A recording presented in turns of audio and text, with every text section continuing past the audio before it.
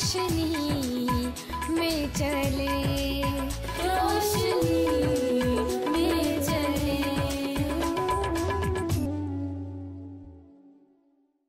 ناظرین، welcome to the شو کلام کی روشنی میں۔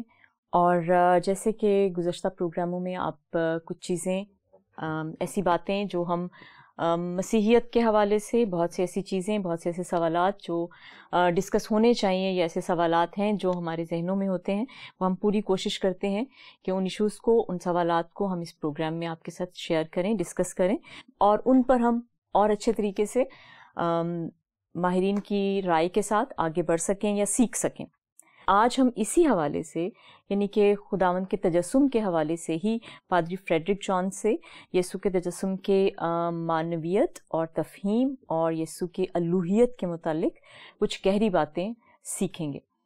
اور اگر ممکن ہو سکے تو آپ بائبل مقدس اپنے ساتھ ضرور رکھیں، تاکہ اگر کوئی ریفرنس آپ دیکھنا چاہیں تو آپ فوری طور پر وہ بھی پک کر سکیں، دیکھ سکیں۔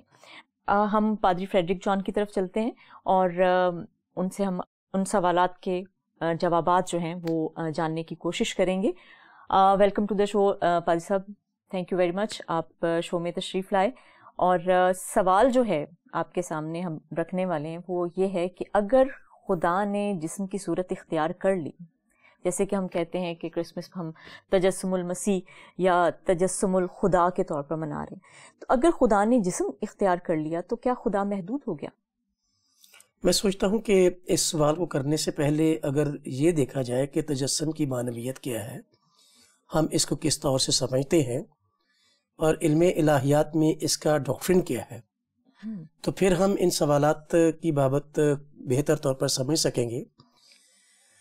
تجسم لفظ جو ہے وہ اپنے اندر اس کی پوری معنویت موجود ہے، کیونکہ لفظ تجسم جو ہے اس کے لیے جو ہمارا انگریزی زبان کا لفظ ہم تھیولوجی میں استعمال کرتے ہیں، علم الہیات میں انگریزی زبان کا لفظ جو انکارنیشن ہے، incarnation of the son of God, جی، اس کے لیے جو لاطینی زبان کا لفظ ہے انکارنیشیو استعمال ہوا۔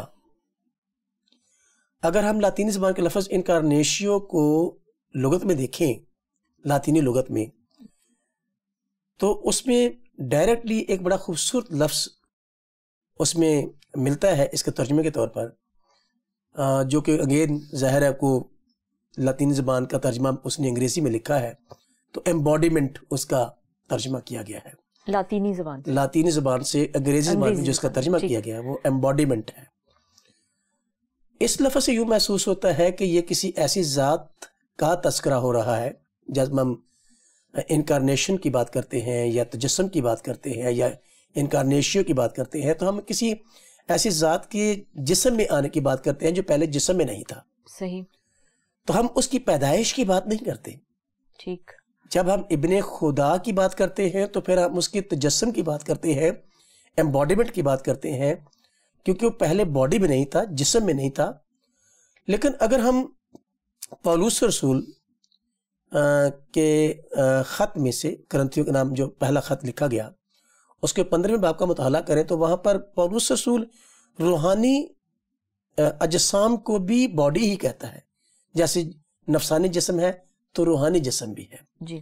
تو اگر ہم پولس رسول کے اس بیان کو لیں تو یسوع مسیح کے پاس جو جسم تھا وہ روحانی تھا، جی، لیکن یہ جو نفسانی جسم ہے جس کو پھر ہم نے بعد میں ابن آدم کے طور پر دیکھا، تو یسوع مسیح کی ذات میں آدمیت اور الوہیت کا ایک مافوق الادراک اور مافوق الفطرت ایک اتحاد تھا، کہ جس میں اس کی الوہیت جس کو ہم نے ابن خدا کہا، اور پھر اس کی آدمیت جس کو ہم نے ابن آدم کہا، تو وہ ایک اتحاد میں رہتے تھے، لیکن اس کی آدمیت میں اس کی الوہیت جو ہے وہ مجسم تھی، اس جسم میں رہتی تھی۔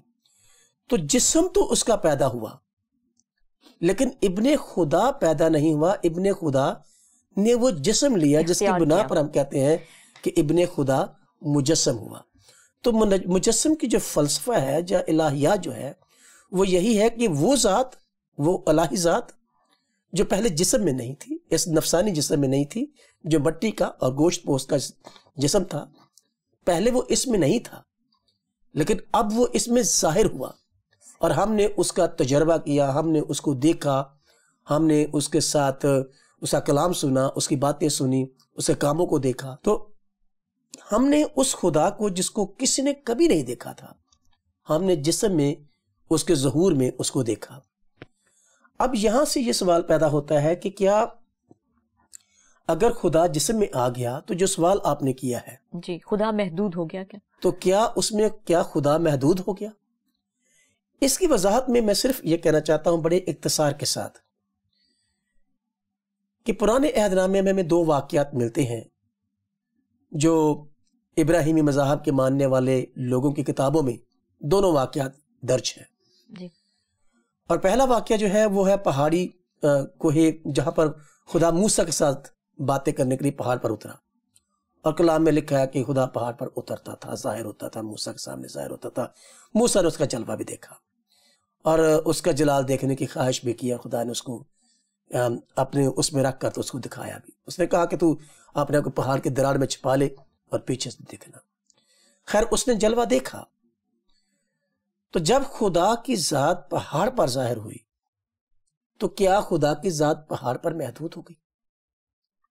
نہیں، وہ خدا پہاڑ پر ظاہر ہونے کے باوجود بھی اگر لامحدود تھا، پھر ایک اور واقعہ پہاڑی جھاڑی کا واقعہ، جی، جہاں پر موسیٰ کے سامنے خدا جھاڑی میں ظاہر ہوا، تو کیا خدا جب جھاڑی میں ظاہر ہوا تو کیا خدا جھاڑی میں محدود ہو گیا؟ نہیں، بلکہ وہ خدا جھاڑی میں ظاہر ہونے کے باوجود بھی لامحدود تھا، ہم اس بات کو مانتے ہیں، اور اس پہاڑ پر ظاہر ہونے کے باوجود بھی وہ لامحدود تھا۔ اور وہی خدا جو پہاڑ پر ظاہر ہوا، جو جھاڑی میں ظاہر ہوا، اب جب وہ جسم میں ظاہر ہوا تو کیا وہ محدود ہو گیا؟ نہیں، ہرگز نہیں، کیونکہ اس کی الوہیت کی صفت جو ہے وہ برقرار رہی، اور اس صفت میں رہتے ہوئے وہ جسم میں ظاہر ہونے کے باوجود بھی لامحدود تھا، اور وہ کسی سٹیج پر بھی محدود نہیں ہوا۔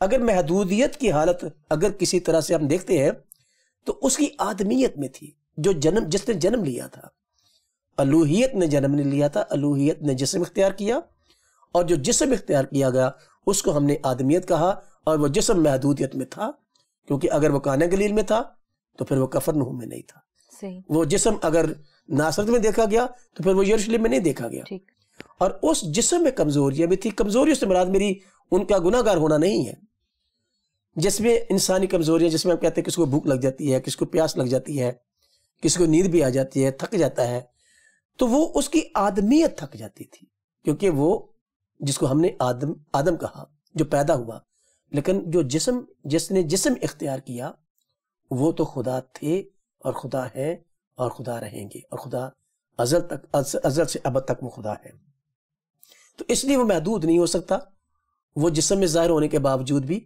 لامحدود تھے۔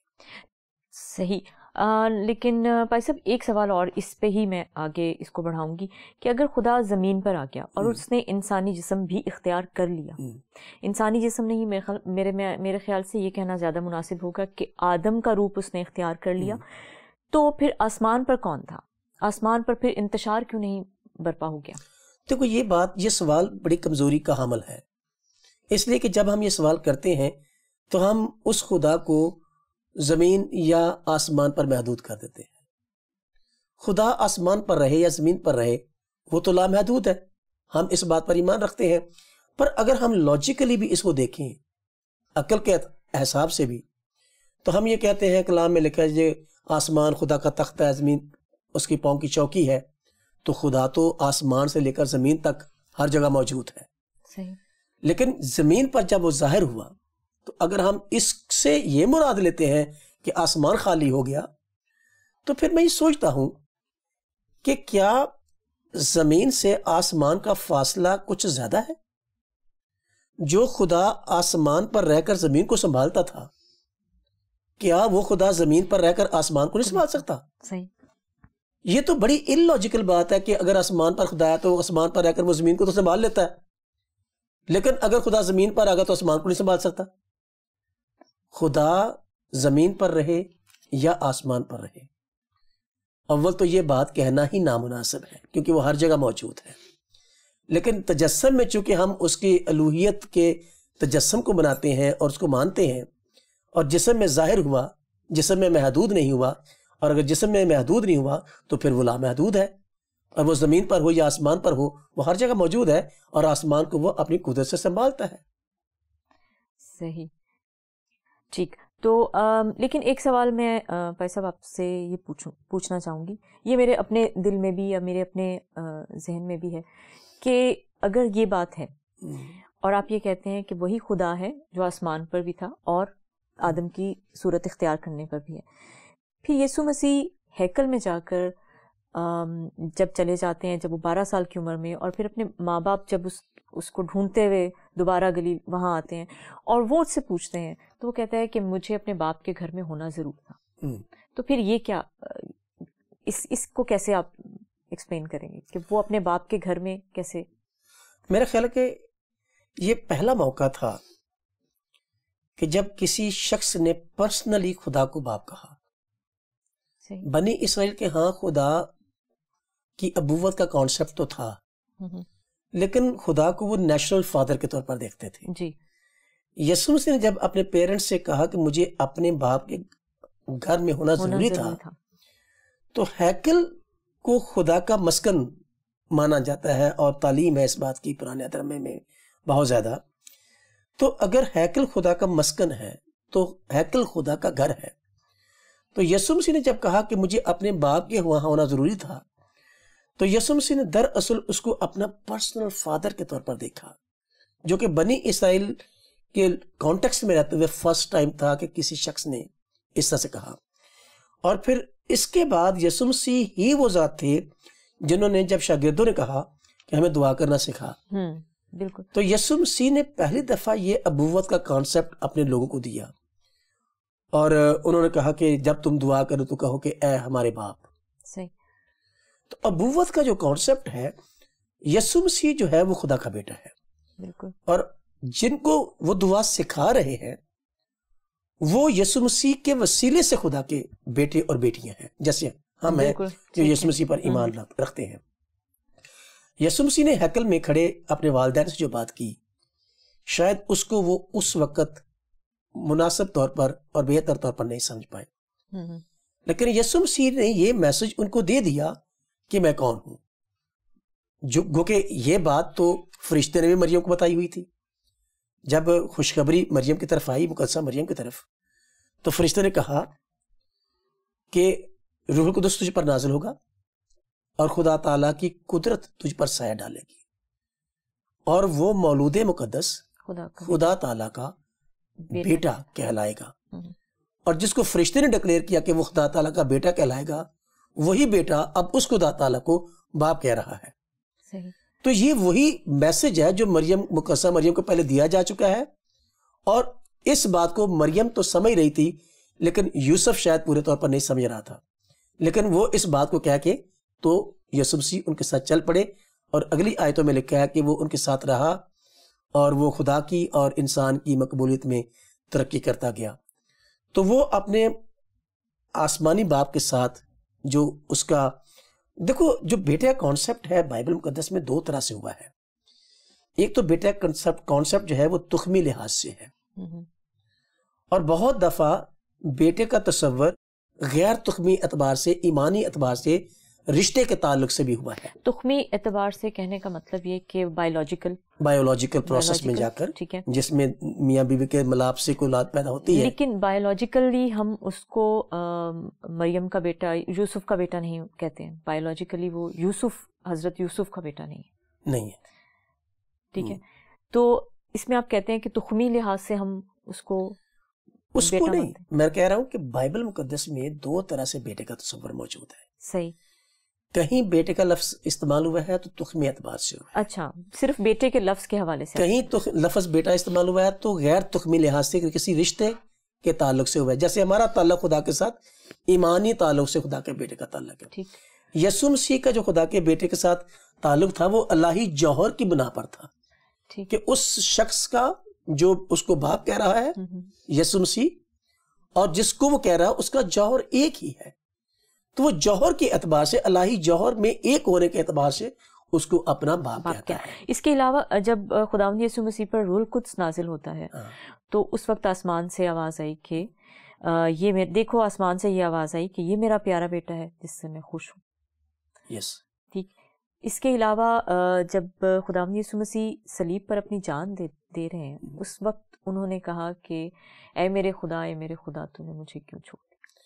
اچھا، یہ سب چیزیں جو ہیں مطلب یہ اس حوالے سے ہم کیسے اس کو دیکھیں؟ جیسے آپ کہہ رہے ہیں کہ یہ وہ خدا تھا اور وہ زمین پہ آ گیا، لیکن یہاں پر ہی وہ جب وہ جان دے رہا ہے اور جب وہ کہہ رہا ہے کہ اے میرے خدا تو نے مجھے کیوں چھوڑ دیا. اوکے، یو مین کہ اگر وہ خدا کا بیٹا ہے تو پھر وہ اس کو خدا کیوں کہتا ہے؟ صحیح، اس کو باپ ہی اس کو کہنا چاہیے. ٹھیک. ہاں، یہ بات بڑی امپورٹنٹ آپ نے اٹھائی ہے، کیونکہ یسوع مسیح کی ذات میں ہم ڈیول نیچر کو مانتے ہیں، اس کی الہی نیچر اور اس کی آدمیت کی نیچر. میں انسانی نیچر دانستاً استعمال نہیں کرتا کیونکہ اس میں نسیان نہیں پایا گیا، اس لیے اس کو انسان کہنا ادبی لحاظ سے مناسب نہیں ہے اور الہیاتی اعتبار سے بھی مناسب نہیں ہے، کیونکہ اس میں نسیان نہیں پایا گیا. وہ بے گناہ تھے، پاک تھے، پوتر تھے، اور ان میں نہ قول و فعل میں کوئی تضاد نہیں تھا. تو اس لیے ان کو آدمی کہنا ہی مناسب ہے، آدم کہنا یا آدمی کہنا مناسب ہے، کیونکہ انسان میں تو اس کے لیے استعمال کرنا مناسب نہیں سمجھتا، کیونکہ آدم کا بے گناہ ہونا، گناہ گار ہونا ضروری نہیں ہے، کیونکہ آدم اول نے بھی جب تک گناہ نہیں کیا وہ بے گناہ رہا. صحیح. تو آدم کوئی بے گناہ رہ سکتا ہے اگر وہ گناہ نہ کرے تو، ٹھیک ہے. لیکن یسوع مسیح تو ساری زندگی بے گناہ رہے، اس لیے میں اس کو آدم کہنا زیادہ مناسب سمجھتا ہوں، لفظی اعتبار سے انسان کہنا مناسب نہیں سمجھتا. میں یہ کہہ رہا تھا کہ یسوع مسیح کی ذات میں ان کی آدمیت اور اس کی الوہیت کا ایک کامل ملاپ تھا، اتحاد تھا. اور میں نے شروع میں یہ جملہ بولا کہ الوہیت آدمیت نہیں ہو سکتی اور آدمیت الوہیت نہیں ہو سکتی، لیکن الوہیت اور آدمیت ایک ساتھ رہ سکتے ہیں. اب اگر صلیبی کلمات پر اگر غور کریں آپ، تو یسوع مسیح نے طرز تخاطب میں دونوں لفظ استعمال کیے. پہلے کلمے میں اگر دیکھتے ہیں تو اس میں کہتا ہے اے باپ ان کو معاف کر. بالکل یہ چیز. پھر چوتھے کلمے میں آ کر کہتا ہے اے میرے خدا تو نے مجھے کیوں چھوڑ دیا. اور میں اس کو یوں سمجھتا ہوں کہ خدا باپ نے خدا بیٹے کو نہیں چھوڑا تھا، خدا باپ نے ابن آدم کو اس لیے چھوڑا کہ گناہوں کا سارا بوجھ اس کے اوپر آیا. اور میں سوچتا ہوں کہ یہ جو بات صلیب کی آپ نے کوٹ کی ہے، اس میں اس کی آدمیت پکار رہی ہے، آدمیت آدم اول کی نمائندہ ہو کر پکار رہی ہے. وہ اس کا کنٹراسٹ یہ ہے کہ کہنا وہ یہ چاہتے ہیں یسوع مسیح اس وقت کہ آدم اول کو تو نے اس لیے چھوڑ دیا کہ اس میں گناہ پایا گیا. میں نے تو اپنی ذات میں کوئی گناہ نہیں کیا، تو پھر تو نے آدم ثانی کو کیوں چھوڑ دیا. میں اس کی یوں تشریح کرنا چاہوں گا کہ آدم ثانی آدم اول کا نمائندہ ہو کر خدا کے حضور میں کھڑا ہے، اور آدم اول نے گناہ کیا اور خدا نے اس کو چھوڑ دیا. آدم ثانی کہتا ہے کہ میں نے تو کوئی گناہ نہیں کیا، مجھے کیوں چھوڑ دیا. اور خدا کی ذات اس کے کان میں آہستہ سے بات کہتی ہے کہ آدم اول کے گناہ کا ازالہ ایک بے گناہ آدم کی ذات ہی میں ہو سکتا ہے.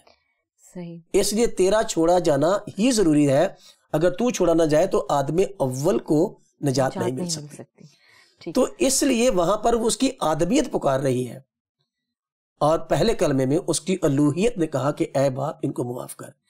یسوع مسیح کی دونوں ذاتیں برابر ایکٹیو رہی ہیں، اور آدم میں اس کی آدمیت ایکٹیو ہونے کے باوجود بھی بے گناہ رہی، اور اس کی الوہیت تو گناہ کا مرتکب ہو ہی نہیں سکتی تھی. ٹھیک ہے. تو اس لیے وہ کہیں خدا کو باپ کے طور پر دیکھتا ہے، کہیں وہ خدا کو خدا کے طور پر دیکھتا ہے. تو کہیں وہ خدا کو کہتا ہے کہ اے میرے خدا، اور پھر کہیں وہ کہتا ہے کہ اے باپ ان کو معاف کر. تھینک یو بھائی صاحب. ایک اور سوال وہ یہ کہ کیا خدا کا آدم کی صورت اختیار کرنا بہت ضروری تھا؟ کون سا ایسا کام تھا جو ہو نہیں سکتا تھا کہ وہ تجسم اختیار نہ کرے یا جسم کی صورت اختیار نہ کرے؟ یہ سوال بہت گہرا ہے لیکن اس کی وضاحت ضروری بھی ہے. گہرا میں اس لیے کہتا ہوں کہ اس سوال کو ایڈریس کرنے کے لیے یہ ضروری ہے کہ ہم پہلے اس بات کو سمجھ لیں کہ کیا ایک گناہ گار دوسرے گناہ گار کی نجات کا باعث بن سکتا ہے؟ نہیں ہو سکتا. اور جو عورت سے پیدا ہوئے ہیں، جو آدم کے تخم سے پیدا ہوئے ہیں، وہ سب گناہ گار ہیں. ہم مسیحی تھیولوجی میں موروثی گناہ کی بات کرتے ہیں. اگر کسی شخص نے اکتسابی گناہ نہیں بھی کیا، اپنے کسب سے گناہ نہیں بھی کیا، اپنے ارادے سے گناہ نہیں بھی کیا، تو آدم کا تخم ہونے کی وجہ سے سب موروثی طور پر گناہ گار ہے. اور داؤد کا ریفرنس اس کے لیے کافی ہے جس میں وہ کہتا ہے کہ مینو وچ گناہ دے جمیا میری مائی. جی جی. تو پیدائشی طور پر گناہ گار کیونکہ انسانی تخم سے پیدا ہوا. تو موروثی گناہ اگر اکتسابی گناہ کوئی انسان نہیں بھی کرتا تو بھی وہ گناہ گار ہے. تو ہر وہ شخص جو گناہ گار ہے وہ دوسرے گناہ گار کی نجات کا باعث نہیں بن سکتا. اور پھر ایک گناہ گار جو ہے جس کی سرشت میں گناہ ہے، جس کی فطرت آلودہ ہو گئی ہے، وہ نیکی کیسے کر سکتا ہے کہ وہ کہے کہ میں نے یہ کام نیک کیا ہے اور اس کے عوض میں میں نجات پا جاؤں گا. میں تو یہ بات کہتا ہوں کہ ایک کرپٹڈ نیچر کا شخص نیکی کیسے کر سکتا ہے؟ جو کچھ بھی وہ کرتا ہے، ہمارے ہاں یہ کانسیپٹ نیکی کا جو ہے وہ یہ ہے کہ میں اپنے ماں باپ کی خدمت کرتا ہوں تو میں کہتا ہوں جی میں ماں باپ کے ساتھ نیکی کر رہا ہوں. میں نے کسی بوڑھے کو سڑک کراس کروا دی تو میں نے کہا جی میں نے اس بوڑھے کے ساتھ نیکی کی ہے. میں نے کسی بھوکے کو کھانا کھلا دیا تو میں نے کہا جس کے ساتھ میں نے نیکی کی ہے. یہ نیکی نہیں ہے، اس لیے کہ یہ سارے کام تو میرے فرائض میں شامل ہیں. یہ سارے کام کرنے کے لیے تو مجھے خدا کی طرف سے حکم ہوا ہے. تو احکام کی بجا آوری اور فرائض کی انجام دہی نیکیاں نہیں ہوتی. صحیح. تو یہ تو میں اپنے فرائض پورے کر رہا ہوں. نیکی کون سی ہے؟ نیکی تو وہ ہے جو اپنے فرائض اور خدا کے احکامات سے بالا تر ہو کر میں کچھ اگر کروں تو اس کو میں نیکی کہہ سکتا ہوں. یہ نیکی نہیں ہے، یہ فرائض کی انجام دہی ہے، یہ احکامات کی بجا آوری ہے. اور یسوع مسیح کے ساتھ جب بات ہوئی تو یسوع مسیح نے کہا کہ کوئی ایک نیک نہیں، ایک بھی نہیں سوائے خدا کی. خدا ہی نیک ہے صرف، کیونکہ اس کی سرشت میں کرپشن نہیں ہے، اس کی نیچر آلودہ نہیں ہوئی. اور یسوع مسیح کا ابن خدا کا جسم میں آنا اس لیے ضروری تھا کہ اس کی آدمیت بے گناہ رہے. تو یسوع مسیح کی ذات میں جو بے گناہی کا عنصر تھا اور بن باپ کے پیدا ہونے کا عنصر جو تھا وہ اسی مقصد کے تحت تھا کہ یہ کسی انسانی تخم سے پیدا نہ ہو. اور وہاں پر جو لفظ فرشتے نے استعمال کیا تھا کہ روح القدس تجھ پر نازل ہوگا، اگر لوکا کی انجیل کا مطالعہ کریں تو وہاں پر یہ دو فریز بڑے کلیئر لکھے ہوئے ہیں. اس میں لکھا ہے کہ روح القدس تجھ پر نازل ہوگا. دوسرا فریز یہ ہے خدا تعالیٰ کی قدرت تجھ پر سایہ ڈالے گی. اور وہ لفظ جو قدرت ہے وہ بہت امپورٹنٹ ہے. خدا تعالیٰ کی قدرت جو ہے وہ بہت امپورٹنٹ ہے. میں جب کبھی اس کی تفسیر کرتا ہوں، تشریح کرتا ہوں، تو میں اس قدرت کو خدا کی قدرت تخلیق کا مانتا ہوں، جس قدرت سے اس نے جہانوں کو پیدا کیا ہے، جس قدرت سے اس نے عالموں کو پیدا کیا ہے. اسی قدرت تخلیقہ سے اس نے اس آدم ثانی کو خلق کیا. کئی بار یہ سوچتے ہیں کہ اگر بایولوجیکل جایا جائے تو جس طرح سے یسوع مسیح کی تولد ہوا ہے، عمل تولید میں پڑے ہیں، تو اگر مجھے اجازت دیں میرے ناظرین تو میں یہ بات کہوں کہ بایولوجیکلی ہم دیکھتے ہیں کہ عورت کے پاس تو ایکس کروموسوم ہوتے ہیں. تو اگر آدمی کے پاس جو ایکس وائی کروموسوم ہے، اکثر ایکس ملے تو بیٹی پیدا ہوتی ہے اور ایکس وائی ملے تو بیٹا پیدا ہوتا ہے. سوال یہ پیدا ہوتا ہے کہ مریم کے ہاں جب بیٹا پیدا ہوا تو اس کو وائی کہاں سے ملا؟